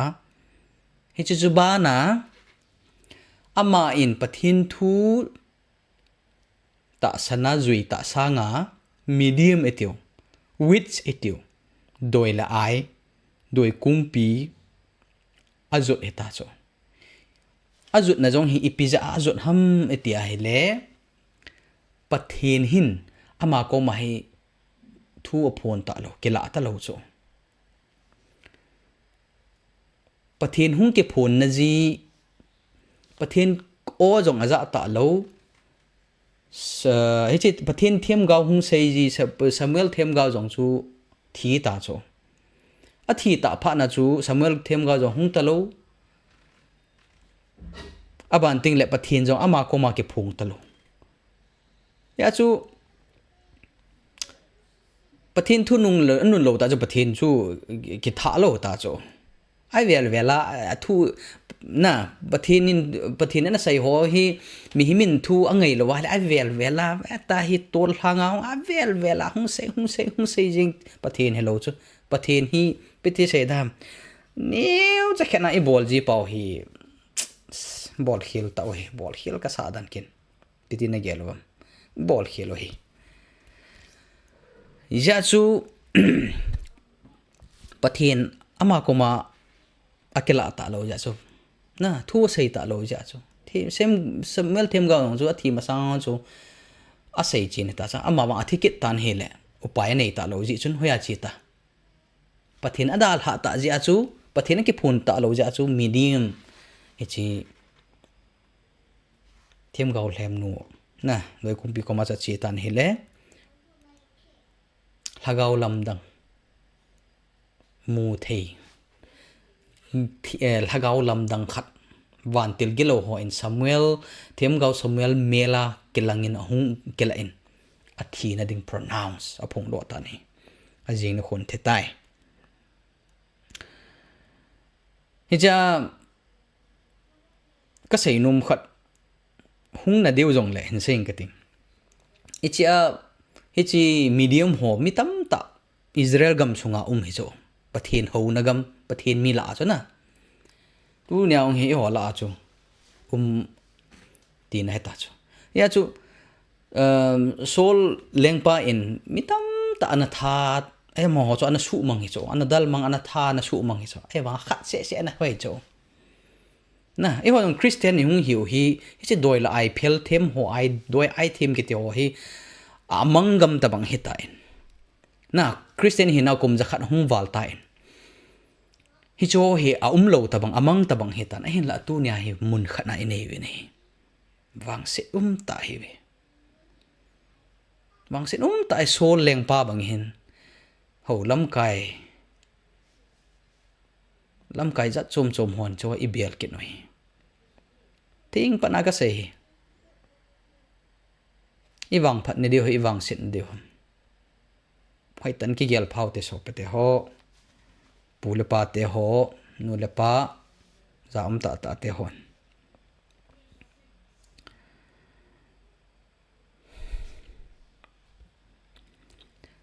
aban kit ting le setan pa hin hi chi ama nungzui ama spella ho na ama in hi chi practice ball ho hi setan in protection a pi the hi chi hi thu sim khang lui pi lu pu han jong he het ding wai hi tabang practice ball ho hi tabang zui ho hi thila ho a ho chun protection pi ju cho ama wang ahung kile he ni wa ada ha ni tung la a ball game ki ju cho ya chu setan pa he na ka sei chu chuma bula cho ahung ki phona hin mi an man cha tinga le he offer something a khot lang khana thil khat pya a khot lang khana thil la mang ji chu ya chu hi cho hi ti za ta ki da ta le ki chat ta khat jong hi ama wa pathena i ma wa pathen thu dung je ai chi wa le ki chat ding hi po in hi cho hi ino mong wa la pathen in ai su jang ding ai lam kai ding hi ti na ta san no ngai ni ai ta san ngai ka ta san ngai hi cho zoi ta san wa le bible ta san no Christian hi na ipi aphat chom na umam na midang sangin lamdang zo te la pathen thu in nun ngai pathen dan thu pe ho in nit no ngai pathen thu chu hi na banga i zui ngai ne ho lam kai ho jong gam lam kai ho jong mi zo se mi mal hang ilungu hi i khelo ngai i pathen to ai ki ka relationship i sim phat ngai hi lung sung hi a ki khel ngai hi lung sung ki khel na jong lo i chi ngai ki chi in ball ngai ki ball in ngai ki ne khulanga i ball sit ngai ki bola chalanga lhagao pathen ki ti chu palanga chum vet hoi mai the na te asunga bang pathen panglo mai the hi jong le i tabangin hi tabang thil so jong le pathen thu oi ho chu pathen in protection a pi ki ne ya chu pathen protection i devam LHAGAO LAMDANG satan pa protection devam chu tu nin kel henovin kati ken heong kel henovo so pete ho ithul hu na koi man pathin yong force and ball pontin koi man no force povin te ke man tu na pathin thu la pathin ama lam chu kel hen ka hat mo ka ha sam na chu thu chom hi pathin ne he ama wang ite wang thil ball theutin ball mo kidang dang ball do theutin LHAGAO LAMDANG ko do theina kila sa na za chom bol the jong lahan pathena hi kha lawa le man tha na hi ching theute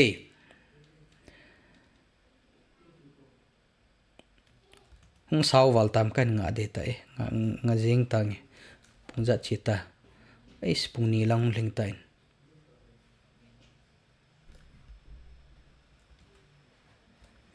ka sei be num na lain hi jong le chen chun nga jing ing kating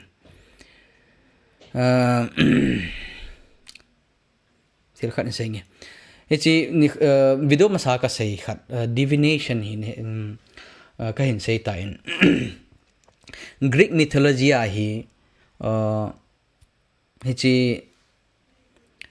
divination ti thu chang hung kela do na hi Greek mythology a ko na hung kela do hin ichu python sam ite hamna gul a ko nang kela do hin aban ting le hichi divination practice ni khat video masaka sai ho cho hi tai hi chu ho hi izui lo na deu chu pham tila hi chu hi demonic entity chu na serpent gului satan ho na to thil bol theina zao hi chu ya chu ichi tu chang divination ex bung som lu gup chang som lu gup na a ki sei hi chi divination hi python kiti thu chang choi chu ya chu gul LHAGAO snake spirit ane hi chu chi epigulam idana gul satan ina mancha satan ti na chu hi chi spirit chu hi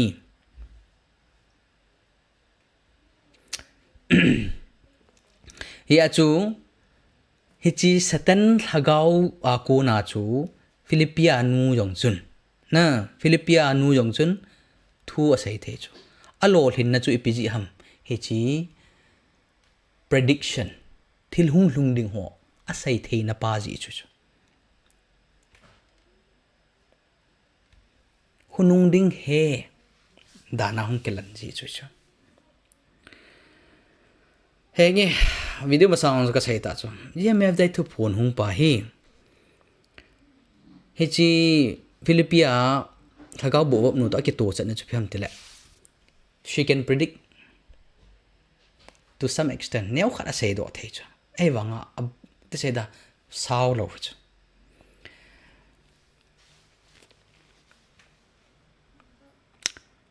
bia zu ka sei ham zo len sei tang ka ting kan vet sa nong khat om wang bain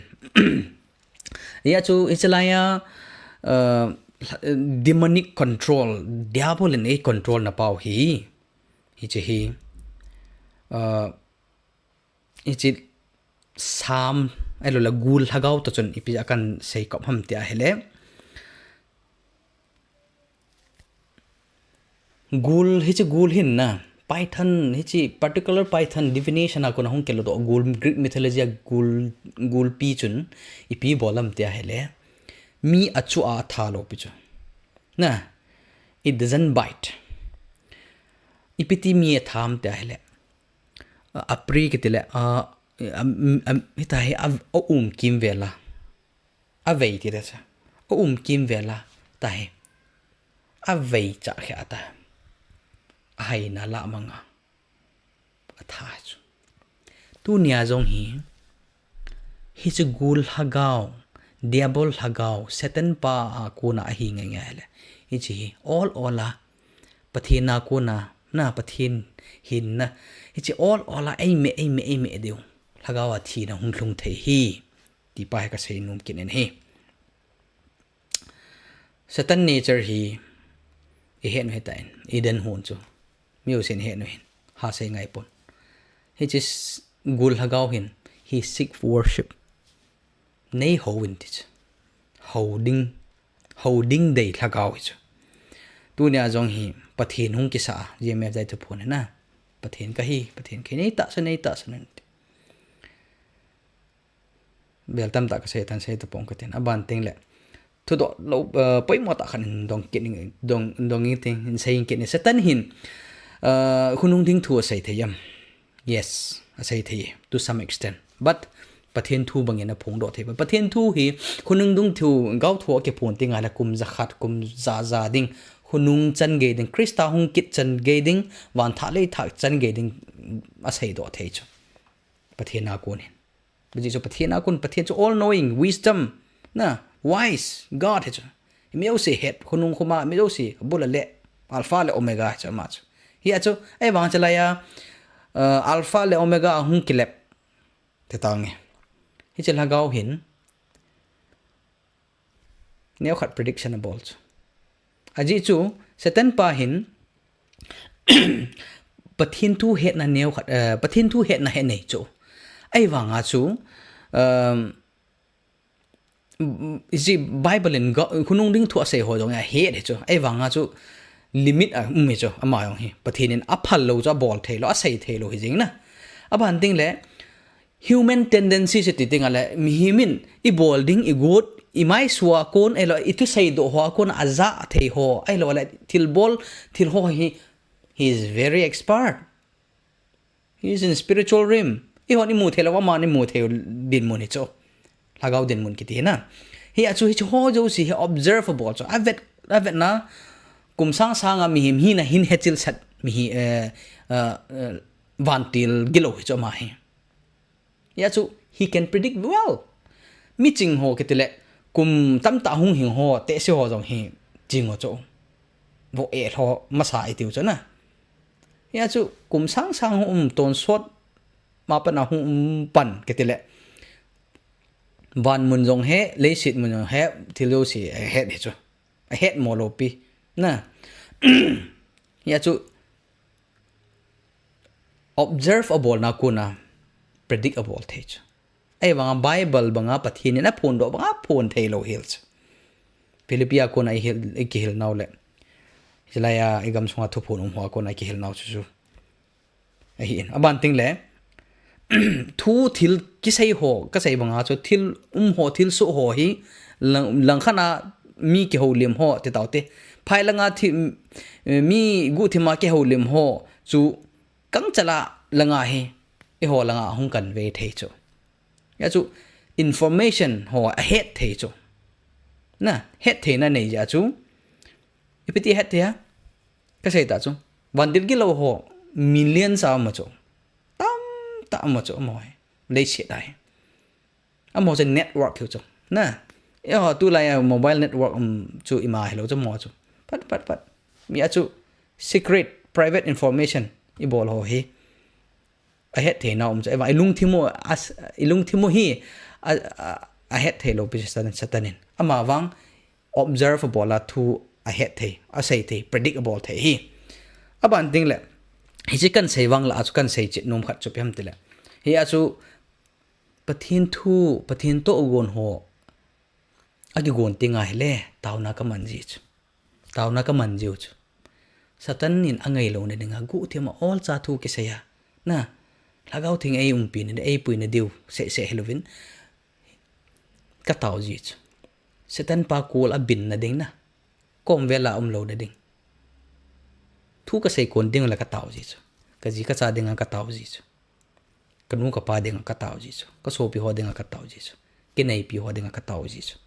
ya chu satan pan access anei lo de denga lagau thing ai pi ne denga ka ke pa entunia tu ne chan gia ka sei ho hi lagau thing pi na ngai lu ne nei ta ka sei do thei hin nang ma ho na ka sei do ding ka ta san poi question ido jing khat na chu satan in pathin thu iti apat the dem pathin thu iti sei the dem pathin thu iti a sei ngei mongam ti hi I sei jing khat cho na ai le Jesus Christa ni som li le jan som li an ngola au ma ngai to tong mi hi mi chu Jesus Christa hung len la cha na le ya hung a chu mi hi na ni som li jan som li an ngol ke ti chu ai tai thep de ding mai gudo living kate kon khanen agamu ta na kilawe tiki na chi chungchang hi chi hin seng kate kan chai dete pakai su kristal hep ma ma chu jel do thei tam ta min hi ai ho satanin nampi la ho bung hep hla good ding na a good na to hin Jesus Christa satan hep na hai hi cha kon ai ki hil do theu min hi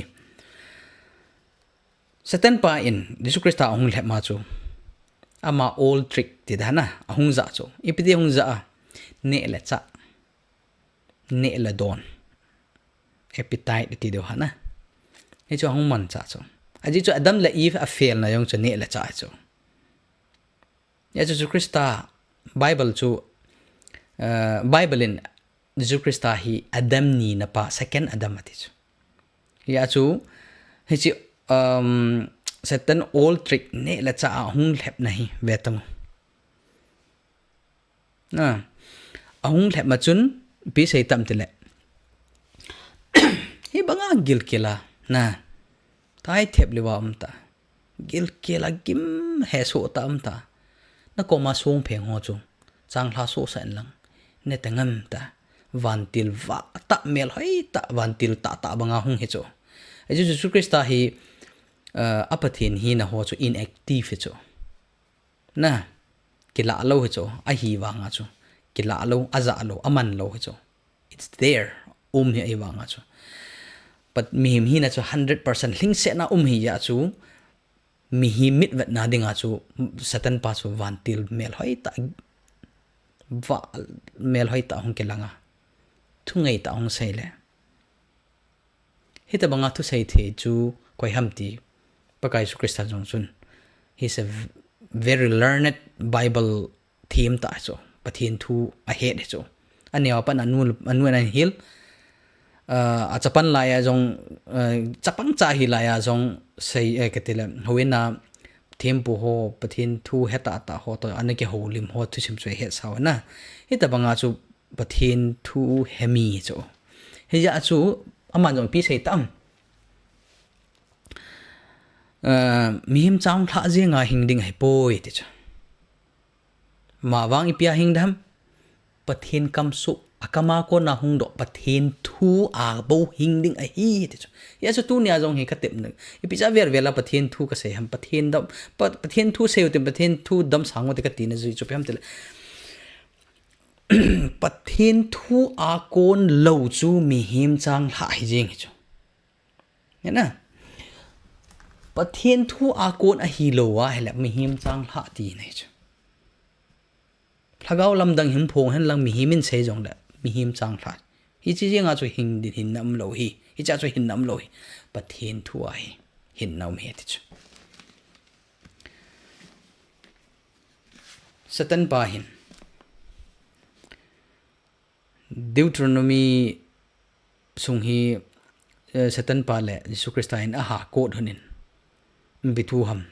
Deuteronomy hi dan bu kite cha anjo de la dan ne khwa an seng kite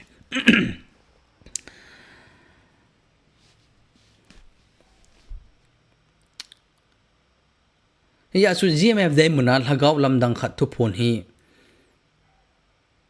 mi him chang hla cha chang hla na tiam song tum he kate ne theilo LHAGAO wa ne theilo khat song tum khat hung ki piu chu yu chang hla so ding ne ding ki ti chu a hi thei lo he cha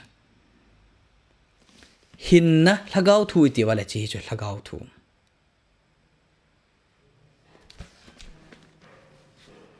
ye me dai thu pun hi song tum ne thei lo chang hla so ding ki ti chu chu chu setan pan chang hla son la ne ve na ti chu no pathen thu na sei ngai vin pathen kam changa pathen kama ko na hung do pathen kam chang pathen thua bo hin na hi mi him chu chang hla a thing ding he poi pathen thua kon pathen thu a kon a hing ding he bobe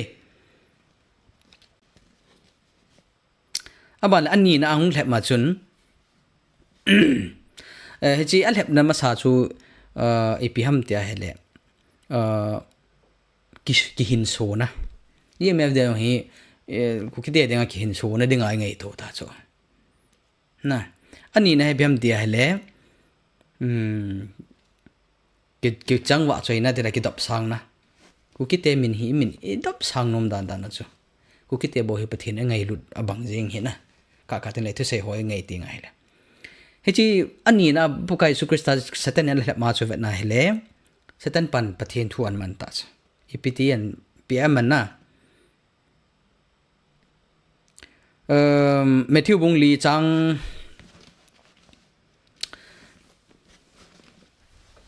Matthew bung li chang nga apat chang segi sui vet na hele Matthew bung li chang nga apat chang segi sung sui vet na hele hita se ta so dia bol chun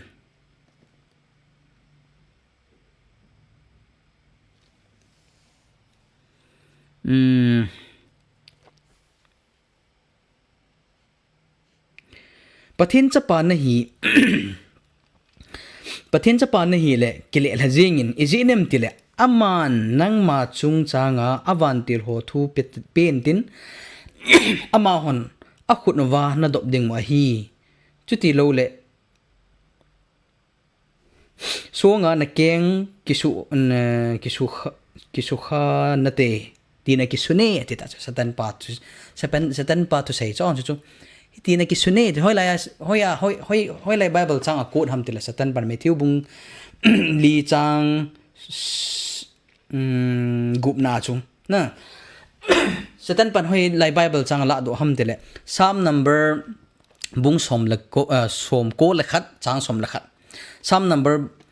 91 verse 11 achu hita se chu aji chu na lampi zo sia na ching tup dinga aman avan tilte nangma chunga mo po dinga thu api dinga hiti jong chu na ki sune ta hiti na ki sune ta satan pa in Bible chang an ko de ta chu ele Pakai su Christian bol epi se ya hiti hin jong akisun ki ne ati chu chena Pakai su Christian example la de chu tunia jong hi hiti na ki sune de le hono hiti na ki sun ki ne hiti ki de chu Pakai Christian pi sei tam hitin jong ki sun kit ne Pakai na pathen patam hi in ati chu hoya la do ha Deuteronomy la do cha Deuteronomy bungup chang som gup na Pakai su Christian na kot kit ele lo na ji het ta lo cha ni ve chan na jong cha ya chu athum na hi pi ti tam tele nei hovin ti ta chu azza chat modern dan jana ya lag ijil LHAGAO LAMDANG ilawa umjong hi azza chat modan da nei ta sadovin atia pathin ka he alpha le omega ka he ati chu ya chu satan pa in ipisem na thi jong ngai pui chi ven leisin hi mi cha te na mi te vet na thi jong ngai pui free na pingi nei bo khomen nei hovin fall flat and worship me ele pat Krista jong kile hazelin pathin thu pan kin in dan bu pi sem tile chemangin satan izinem tile tin ki sune ti chu Pakai na pathin chu che bei bo in lang ama jing bo hovin akiti ti chun ki sune tile diabol jong satan paung chu zamang zal ta chu na hoya ko na la do ham chi Bible chang chu sata Pakai su Christian hoya ko ham tela dan bu bung gup chang sol thuma kot kit cho Pakai na pathen chu na gi na ama na zena te cho you have to serve him alone chu le ama mina ni kha asele ama bo chun you have to serve him Pakai pathen ama bo hi midang chu bo khoma ma kin bowling hi poi tu nya jong hi lai gam sunga thu phun mo ha kin i bol jing hi i bol hilin pa an ta hi ti ka sei num kini so pete ho pathen lama ke le taw hete ya chu achei na lam achei namo mong ke tele ma khum khan na ding kan sei num chu Pakai su Christian dan bu hi satan pa do na chu ti sei da satan pa do na hi dan bu kot jing ke chu Deuteronomy na dan bu ki ti chu dan to ni che ho Christian a sei lo na hi azi mintem I khol thu dewa hele hi ti chu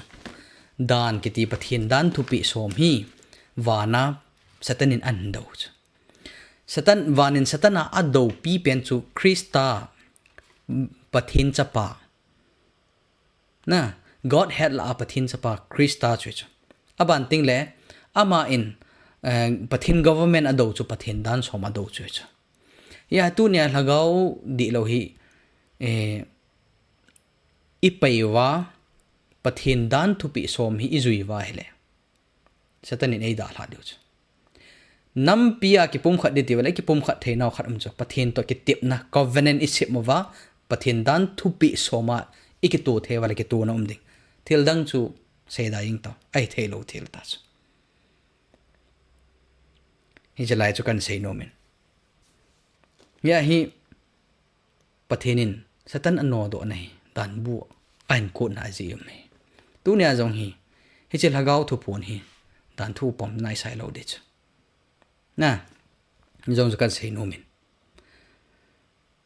achai na pena ho thu le gam thu hi minute khat tabang sei ting chai tang kate jem dai thu pon chung chang thu ke se ya na thu se ho aki ahung ki kot tinga hele na ho en na ki lep le jevin lagau thu te le lagau thui poi pathin kam cheng ti tinga le nam na tong khe na tin pathin la chaw hen nam nai to ding ham pakai nai to ding ham chong hi ki su chelutin nam na tong hon nam nai to dingu pathin na tong hon pathin nai to dingu hi pathin na to chu pathin na tong hon nam na tong politics na ke tong theloi nam na tong hole politics na tong ho in pathin na to theloi a hi thelo hel thili a thu ajong ke to loi am heng mi mala hu hing na le pathin ta san ho chu chom he tai ya pathin tu sei jing jmf de thu nungzu ya thu sei ho hin nam thu na ha sei levin pathin na tong ni hiwam thachan na tong ni hiwam nam na na tong ni hiwam na ki chi ungai ipiji achi hi khunung ting jol ibol lo diwa ka dai ham ti hi phaitan ngai bo lam kai hon jong ho lam kai hon lang ipipilam ni jong le ipiji a ho thu la gam thu ho he I sei be lo diwa pha ham te le historically biblically evetting a hele thil pha so lo chu aji chu hichite ni hi ong ke sei kop tinga le number 1 boy na le chu ki boy chu nam sung boy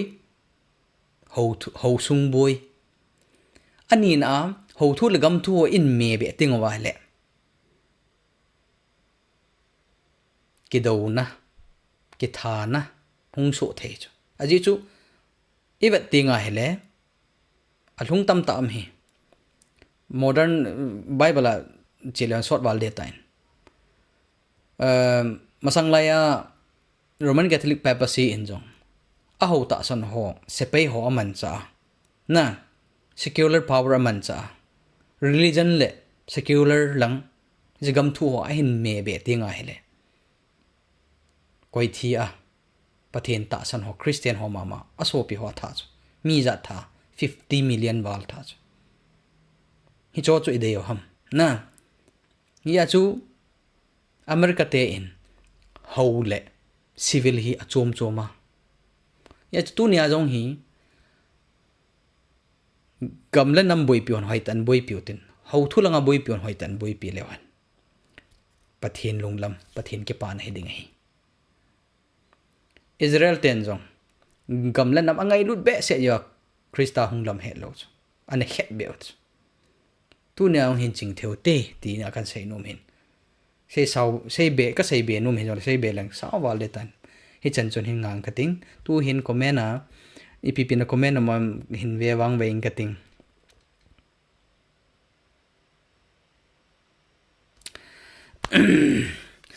pathinin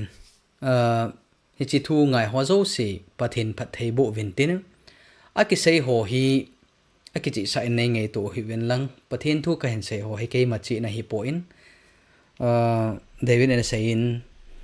pathen thu pe ho ka zui ti nga hele sam kang te ho sangin ka chingi atina omin na Bible cha ke jo ka chingi ka tin hi poin pathen thu te ho hi kan sai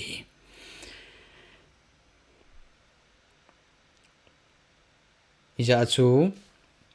ikisei ho hi tung se ten asilamin ngai po tin ngai lu na zala hung kisei hin pathen thu hil khat hi na kan sei ho hi lung nat naw male nei ngai da min lang ama bang pathen lunglam ka saya na lung nat kha wale pathen in lung hai na le pathen lama ki len na pite te hen ti ka taw na hin pathen bo hen to hi comment haw neu khan veng ka te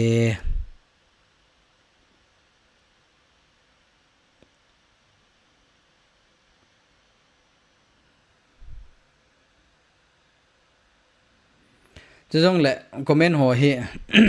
hin seida him simda jing kating nei do no ma wale ka phone number ka pijing ke in screen a hin pule pi te ho so pile naw khatlani in phone number hi ala ji he point hin koi wang beng ka te screenshot ni ke bol du ham na ki not do wang ve du ham khat bol dun lang hi ka phone number a hi in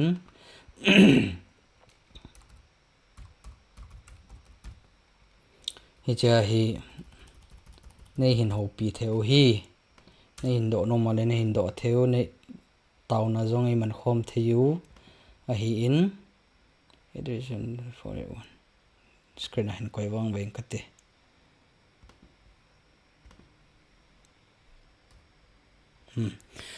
hi chi ka phone number hi in ma taw na ngai cha nei ho he je kan sei ne sunga di sabe se lo hello la di sa hello la do nom nei do chit nom nei ma la nen contact theo hi chikan ta lo na chu kon khat hin comment la dung hello la ma ka wat ko phone number hin thum jiwin ka pi te nga hele amu he mu lam ke pon atam zo amu lo ding ka ta san ji chu a hin dong ji ho hi technology theme be se lo yong min kamu in ya chu cha kan ta do hin cha nen contact theo hi in comment ho jong hi simda tang ka ting aji chu comment bol jong hi he mong povin thulim thulaya holim do theim povin nunga go lang hen lang khang dong ho hen lang numei lang ho hen lang koi hi jong leo chun pathin tu sei khat ai lawa hele pathin thu ki sei ho hi zan ne neu khat nei dom movin pathin thu na za lo wa pathin thu sei ho na za lo wa la di na sa mai the na sa lo mai the thu chu mai na boina amale dongen lang comment na bola le sim thei sa thei la thei na ta san lo nei jong lo kho lo chu sim thei la thei i seu ngai chu ji chun comment bol hon jong sai i cho hi tukal hoi lai le hi jong le ki hilna ki ngei lu na zala ki hilna he na i cho hi khang to dom mu te he ti o cho ngi in hi ja chu comment bol ho jong bol thei di vin kan tem kinin pathenin damna e pichi untin idamova a hi le jing hap tha le pakai pin chungchang Christmas season pakai pin min agel do na season hi ja chu pakai pin chungchang thu sim kidang ta pakai hung pe na dinga satanin i chana na to ham na sata pathen in nei be the na diu sim ngai ta au min hi cho kan sei ding hin sermon type ma kan bowling hi tua cho he le study type ma ibol hi in seminar type study type ma tam zo kan bol ji hin pathin thu kan se ho hi amawang ai the hele ka ki got mana le sermon type ma kan sei ding hin anangai chi de like na ki gong chi ding kan ti min chu khat na hin ten a chaina ani na chun hi chi ministry hi na support no mawa pakai lengam na to nang kyong kapang no me na ti wala khat na taw na hin nei pi jengwin aban de ani na mi te on pathen thu thing sat isei te ngowa hele mi te ho in be ta anom ta amu the na dinga video khat ben sponsor nge na ti wa hele chi contact number kan pi a hi ni hin contact theo hi jong cho kan sei nom hin tin pathin pathen na bo vin tin iki khel na sei khel mi him hi nai sei khel mi him human error ho ke ngai dam tin pathen in jo ai ngai dam vin tin view ichi live video hin ve ho so se pathen na bo chi vin tin nam na chi wa Christmas season jo nom ta hin anamang vin lang insunga chamna kipana pathenin nen pe cheu hen lagau thengin em piu hen lang pathen thu te ho hi he them na le pathen lama ke le na pathen lagau theng ma puina I chan di win katawin jong em na chiwa pathen pi na guardian angel pathen van til ten em pi win din frontline na ho hi in frontline langa khonga ho hi in mun choma kisaboya